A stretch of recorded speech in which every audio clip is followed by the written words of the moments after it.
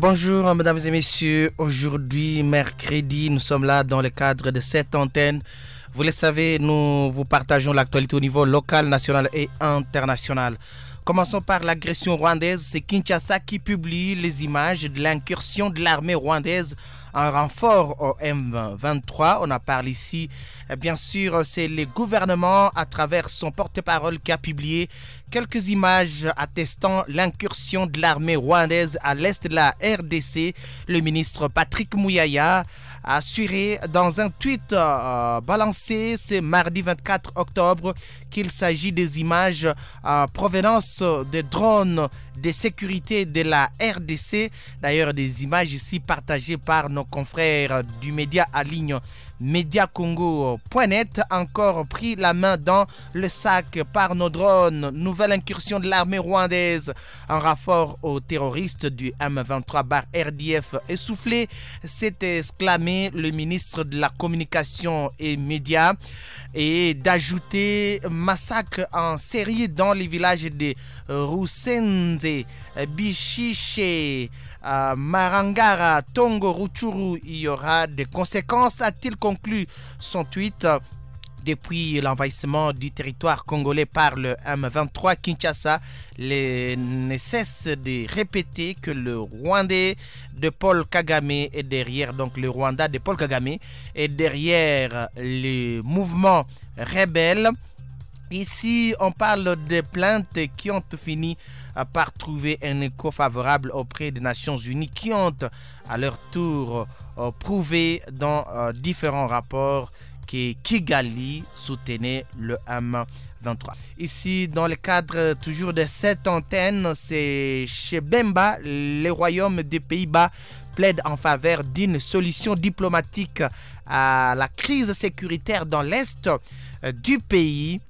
Ici, c'est la récente incursion de l'armée rwandaise dans l'est de la République démocratique du Congo, RDC, qui était au cœur de l'entretien que le vice-premier ministre, ministre de la Défense nationale et ancien combattant Jean-Pierre Bemba Gombo, qui a accordé, bien sûr, hier mardi 24 octobre 2023 à Angèle Samoura, ambassadrice du royaume des Pays-Bas, accréditée en RDC. C'était en visite de courtoisie, mais aussi pour m'informer de la situation d'insécurité dans l'Est. On a eu une conversation très franche et très affirmative, et j'ai bien apprécié l'entretien avec le ministre. Il nous a informé sur l'attaque rwandaise et on a discuté un tout petit peu de la réaction internationale sur les sujets. S'est exprimée l'ambassadrice du royaume des Pays-Bas au sortir de l'audience, et de poursuivre. On a insisté sur une solution diplomatique, mais on a su informer le ministre pour comprendre que c'était une situation très complexe sur tout le volet. Dans le cadre de cette antenne, Lutundula a parlé un peu sur le Wazalendo. On ne peut pas reprocher à un Congolais qui s'élève, qui prend son arme, son courage et qui défend le pays.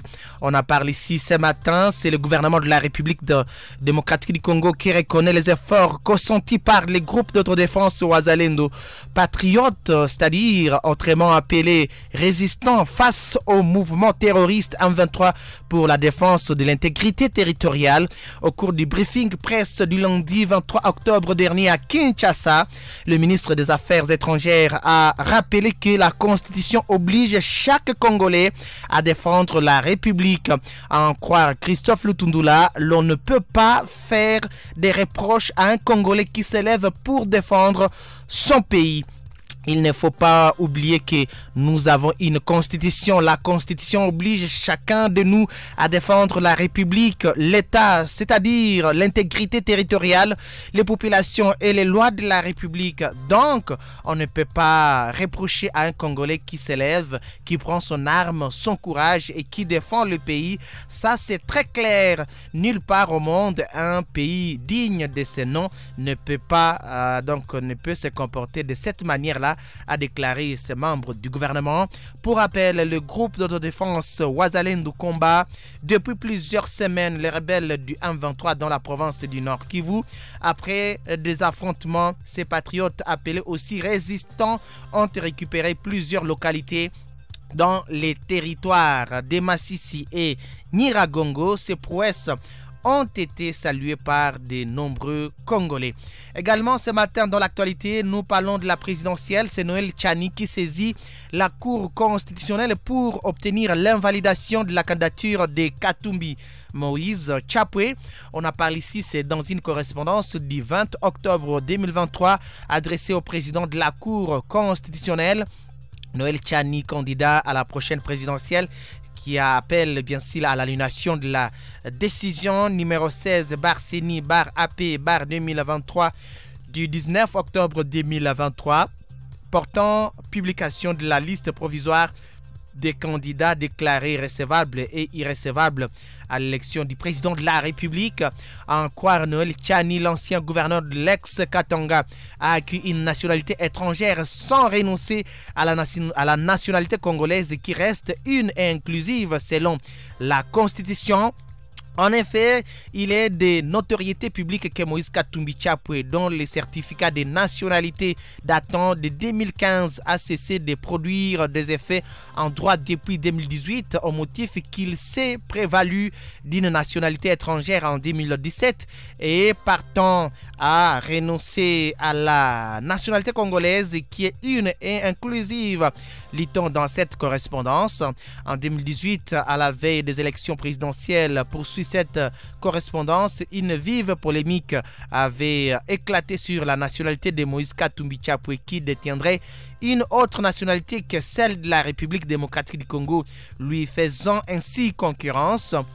Alors que celui-ci s'est prévalé d'un certificat de nationalité lui délivré en 2015 par le ministère de la Justice de la RDC, la mairie d'une ville italienne avait rapporté dans le journal d'investigation Jeune Afrique que ce dernier avait porté la nationalité italienne à partir de l'an 2001. Poursuit la correspondance. Noël Tchani dit ne pas comprendre qu'en 2023, le président d'Ensemble pour la République a déposé sa candidature à l'élection présidentielle se prévalant de la nationalité congolaise d'origine sur base d'un certificat de nationalité avant 2017, alors que sur le fondement du principe légal de l'unicité et de l'inclusivité de la nationalité congolaise, le premier défenseur est réputé avoir perdu cette dernière dès le moment où il a acquis celle italienne. Il demande ainsi à la haute cour d'ordonner l'annulation de la décision portant recevabilité de la candidature de Moïse Katumbi à la prochaine présidentielle.